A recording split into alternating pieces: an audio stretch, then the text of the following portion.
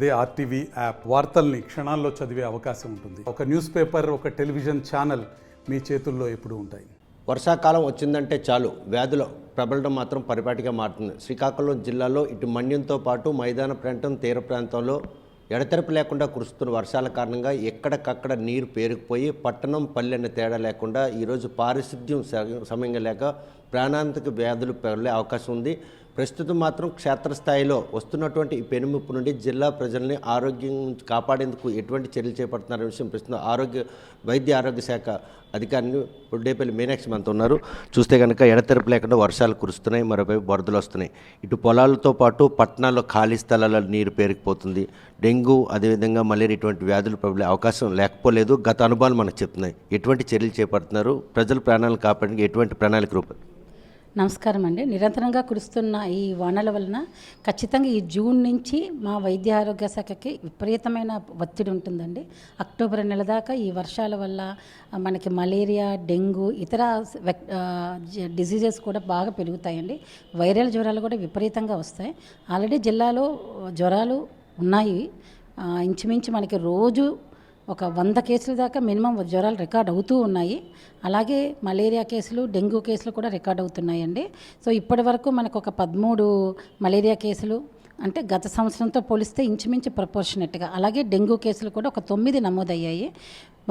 జిల్లా కలెక్టర్ గారి ఆధ్వర్యంలో మనకి ఆల్ లైన్ డిపార్ట్మెంట్స్తో మీటింగ్స్ కూడా జరుగుతున్నాయి. డిస్ట్రిక్ట్ పంచాయతీ ఆఫీసర్ అవ్వండి, మున్సిపల్ కమిషనర్స్ అవనివ్వండి, సిఈఓ, జెడ్పీ అవనివ్వండి, అందరితో కూడా ఒక మీటింగ్ కూడా కండక్ట్ చేసి ఒక్కొక్కరు ఎలా ప్రిపేర్ అవ్వాలనే దాంట్లో కూడా కలెక్టర్ గారు మాకు దిశానిర్దేశం చేశారు.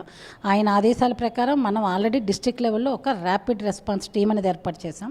సో అలాగే జిల్లా స్థాయిలో జిల్లాల్లో కూడా ప్రతి పిహెచ్సిలో కూడా ఒక ర్యాపిడ్ రెస్పాన్స్ టీమ్, ఇందులో ఒక medical officer, staff nurse, health assistant ఉంటారు. అలాగే క్షేత్రస్థాయిలో వచ్చేసరికి ఏఎన్ఎం, ఆశ. ఎక్కడ ఒక డయేరియా, ఈ సీజన్లో డయేరియా కూడా చాలా కామన్ అండి. ఎక్కడ డయేరియా వచ్చినా, ఫీవర్ వచ్చినా సరే వెంటనే మనము ఈ ఆశ, ఏఎన్ఎం రెస్పాండ్ అవుతారు. పిహెచ్సి టీం అక్కడికి వెళ్తుంది. అలాగే డిస్ట్రిక్ట్ టీంలో ఎపిడమాలజీ వాళ్ళు ఉంటారు. సో డిస్ట్రిక్ట్ టీం కూడా వెళ్ళి అసలు ఎందుకు వచ్చింది ఈ ఎపిడమిక్, ఈ అవుట్బ్రేక్ ఎందుకు వచ్చింది అన్న సోర్స్, ఏమైనా వాటర్ మిక్స్ అవుతుందా, ఏమైనా డ్రైనేజ్ పంప్ లీక్ అవుతుందా, లేకపోతే అక్కడ ఏమైనా మలేరియా జ్వరాలా లేదా డెంగ్యూ జ్వరాలా, ఈ టెస్టులన్నీ చేసి మాస్ స్క్రీనింగ్ చేసి ఆ విధంగా మనం అరికట్టడానికి మన ప్రయత్నాలు మనం చేస్తున్నటువంటి ఈ ప్రయత్నంలో ఇప్పటికే సర్కారీ హాస్పిటల్తో పాటు ప్రైవేట్ హాస్పిటల్లో రోగులతో కిటకిటలాడే పరిస్థితి ఉంది. రిమ్స్లో రోజుకు 200 మంది ఓపీ కూడా నమోదవుతుంది. రిమ్స్ హాస్పిటల్ ఇక్కడ ఖాళీ ఉండే పరిస్థితులు. ప్రైవేటు ఏదైతే వైద్యులు ఉన్నారో కావచ్చు, హాస్పిటల్ యాజమాన్యాలు ఈ వస్తున్నటువంటి ఈ ప్రాణాంతక వ్యాధులకి వారు రోగుల్ని పూర్తిగా దోచుకునే ప్రక్రియ ఉన్నారు. శాఖాపరంగా అటువంటి హాస్పిటల్పై ఏమైనా నిఘా ఉందా? శాఖాపరంగా ఆల్రెడీ నిఘా పెట్టామండి. ప్రతి ప్రైవేట్ హాస్పిటల్కి మన దగ్గర 400 చిల్లర ప్రైవేట్ హాస్పిటల్ ఉన్నాయండి. క్లినిక్స్, నర్సింగ్ హోమ్స్ అట్లాంటివన్నీ కలిపి అందరికీ కూడా చెప్పడం జరిగింది. ఎవరిని భయపెట్టకూడదు. అత్యధికంగా పవర్ఫుల్ యాంటీబయాటిక్స్ అవి పెట్టక్కర్లేదు. Most of the fevers self limited fevers 1 or 2 days ఉండి తగ్గిపోతుంటాయి. ఇవన్నీ వైరల్ ఫీవర్స్. సో వీటిని మనం డెంగ్యూ అని భయపెట్టి అలాగా మెడిసిన్స్ పెట్టి వాళ్ళకి ఫైనాన్షియల్గా కూడా మానసికంగా కూడా ఒత్తిడి తెస్తున్నాము. అలాంటి పరిస్థితి తీసుకురాకూడదు. అలాంటిది ఏమైనా మాకు కానీ దృష్టికి వస్తే మాత్రం ఖచ్చితంగా మేము క్లినిక్ కానీ, నర్సింగ్ హోమ్ కానీ, హాస్పిటల్ మీద కానీ యాక్షన్ తీసుకుంటామని ఆల్రెడీ చెప్పడం జరిగింది. పారిశుద్ధ్యం కారణంగా మైదాన ప్రాంతంలో ఈ వ్యాధులు ప్రబలే అవకాశం ఉంది. కానీ మన్యంలో మాత్రం దోమల కారణంగా ఇటువంటి వ్యాధులు ప్రబలుతాయి. ఇప్పటికి కూడాను రహదారి సౌకర్యాలు కేరాసింగ్ వంటి గిరిజన గ్రామం ఉంది. వారికి సర్కారీ వైద్యం ఏ మేరకు అందుబాటులో ఉంచేటటువంటి ప్రక్రియ? ఇప్పుడు మలేరియాని, డెంగ్యూని కూడా మనం దృష్టిలో పెట్టుకున్నామండి. జిల్లాలో ప్రతి దగ్గర కూడా గత సంవత్సరం ఎక్కడెక్కడ మనకి మలేరియా వచ్చిందో అన్ని గ్రామాల్లో ఖచ్చితంగా మనం ఐఆర్ఎస్, ఇంటీరియర్ రెసిడ్యువల్ స్ప్రేయింగ్ చేశామండి. ఆల్రెడీ మళ్ళీ August 1 నుంచి ఇంకొకసారి స్ప్రే చేస్తాము. అలాగే ఇప్పుడు కూడా మనకి ఎక్కడ పాజిటివ్ వచ్చిందో అక్కడ మనం యాంటీ లార్వల్ మెజర్స్, ఫాగింగు, తర్వాత శానిటేషను అన్నీ కూడా చూడడం జరుగుతుందండి. ప్రతి ట్యూస్డే కలెక్టర్ గారు చెప్పిన ప్రకారం మనం ప్రతి ట్యూస్డే మన ఆఫీసులు, మన ఇల్లు అన్నట్టు మనం ప్రచారం చేస్తున్నాం. అలాగే ప్రతి ఫ్రైడే ఈ ఫ్రైడే డ్రై డే కార్యక్రమము, ఇందులో భాగంగా ప్రతి సచివాలయం కూడా, అందులో ఒక మెడికల్ హెల్త్ డిపార్ట్మెంటే కాదు, లైన్ డిపార్ట్మెంట్స్, పంచాయతీ అయినా, అర్బన్లో అయితే మున్సిపాలిటీ వాళ్ళు అందరూ కలిసి వీధి వీధి వెళ్ళి ఒక్కొక్క వీధిని సెలెక్ట్ చేసుకొని ఆ వీధిలో ఉన్నది అది క్లియర్ చేస్తున్నారు. ఆ విధంగా మనకి కేసులు అయితే ఖచ్చితంగా తగ్గుముఖం పడతాయండి. వైద్య శాఖ పరంగా మీరు చేస్తున్నటువంటి ప్రయత్నంలో క్షేత్రస్థాయిలో పారిశుద్ధ్యం అస్వస్థగా ఉండడం కారణంగానే ఈ వ్యాధులు ప్రబలే అవకాశం ఉందా? వారికి ఏమైనా ఇన్స్ట్రక్షన్ ఇస్తున్నారా? మీరు వాళ్ళు కోయిన్సైడ్గా ఏదైనా అక్కడ ఆ పారిశుద్ధ్య లోపాన్ని కవరొచ్చి ఆ వ్యాధులు ప్రబలకుండా ఉండేందుకు చర్యలు చేపట్టారు? ఖచ్చితంగా వచ్చే జ్వరాలు మోస్ట్లీ పారిశుద్ధ్య లోపం కారణంగానే, శానిటేషన్ లేకపోవడం వల్లనే వస్తుందండి. మా ఏఎన్ఎంలు అందరికీ కూడా చెప్పడం జరిగింది, ఎక్కడ పారిశుద్ధ్య లోపం లేదా ఒక స్టాగ్నేషన్ ఆఫ్ వాటర్ ఉన్నా లేదా ఒక చెత్త కుప్ప ఉన్నా ఎక్కడున్నా సరే ఫోటో తీయమంటున్నాము. ఆ ఫోటో తీసి మనం పంచాయతీ వాళ్ళతో కానీ అర్బన్ వాళ్ళకి కానీ ఫోటోలు పంపించడం జరుగుతుంది. వాళ్ళు క్లియరెన్స్ చేసి తీరాలి. క్లియరెన్స్ చేశాక మళ్ళీ చేశామని వాళ్ళు మెసేజ్ పెడితే మా ఏఎన్ఎంలో ఆ పీరియడ్లో అక్కడ వెళ్ళి అది క్లియర్ చేస్తేనే అది క్లియర్ అయినట్టు పెడుతున్నాం. లేదంటే మా దగ్గర ఇన్ఫర్మేషన్ అది యాప్ అండి, ఈ వెక్టర్ హైజీన్ కంట్రోల్ యాప్ అని ఉంటుంది. దాని ద్వారా మనం చూసి ఇంకా ఇది క్లియర్ చేయలేదని మన పై అధికారులు కలెక్టర్ గారి దృష్టి కానీ స్టేట్ దృష్టి కానీ ఇలా పంచాయతీ వాళ్ళు మాకు రెస్పాండ్ అవ్వలేదు, సెక్రటేరియట్ వాళ్ళు సెక్రటరీ పంచాయతీ రెస్పాండ్ అవ్వలేదని ఇన్ఫర్మేషన్ మేము ఇస్తాము. కానీ ప్రస్తుతం అయితే మేమందరం కోఆర్డినేషన్, లైన్ డిపార్ట్మెంట్ కోఆర్డినేషన్ బాగుంది మాకు.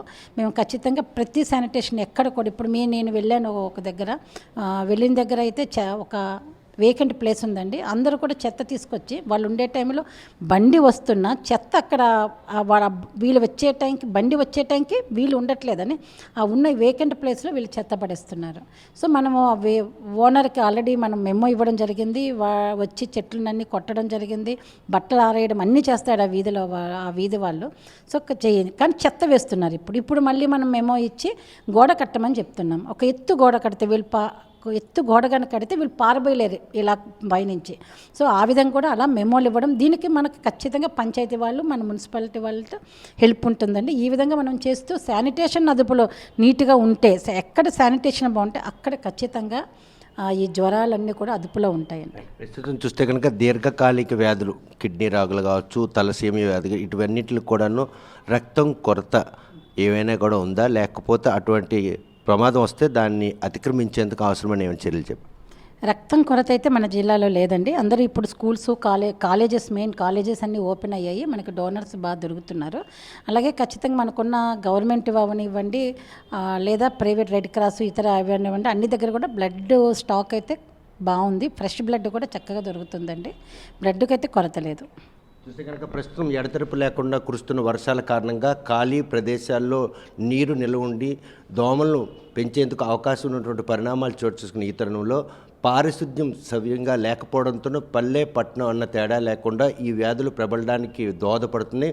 ఈ విషయంలో మాత్రం స్థానికంగా పంచాయతీ అధికారులు, సచివాలయం సిబ్బందితో పాటు వైద్య అధికారులు కూడాను ఈరోజు పారిశుద్ధ్యం తమది కాకపోయినా కూడాను ఈరోజు ఆ పారిశుద్ధ్యం సవ్యంగా లేకపోవడంతోనే వ్యాధులు ప్రబలే అవకాశం ఉన్నది కాబట్టి కోయిన్సైడ్ చేసుకుని వస్తున్నటువంటి ఈ పెనుముప్పు నుండి జిల్లా ప్రజలను కాపాడేందుకు చేయవలసినటువంటి సమీక్షలు నిర్వహించాం. జిల్లా కలెక్టర్ ఆదేశాల మేరకు ఇప్పటికే క్షేత్రస్థాయిలో సమీక్షలు నిర్వహించి జూన్ నుండి అక్టోబర్ వరకు కూడా ఈ వ్యాధులు ప్రబలే అవకాశం. ప్రస్తుతం మాత్రం మలేరియా, డెంగ్యూ వంటి వ్యాధులు ప్రబలిన నేపథ్యంలో విష జ్వరాలు కూడా ప్రబలే అవకాశం ఉంది. ఇటు ఏజెన్సీలో కూడా ఇప్పటికే వాటిని నివారించేందుకు అవసరమైనటువంటి ఫాగింగ్ కానీ అదేవిధంగా బీచింగ్ ఇటువంటి శానిటైజేషన్ మెలకువలు తీసుకోవడంతో పాటు పూర్తి స్థాయిలో వైద్యులను కూడా అందుబాటులో కొంచెం వారికి ఎటువంటి ప్రాణహాని లేకుండా ఉండేందుకు వైద్య శాఖ పరంగా మాత్రం పూర్తి స్థాయిలో సేవలు అందించుకో తమ శాఖ సిబ్బంది క్షేత్రస్థాయి నుండి జిల్లా స్థాయి వరకు కూడా అందుబాటులో ఉన్నారు.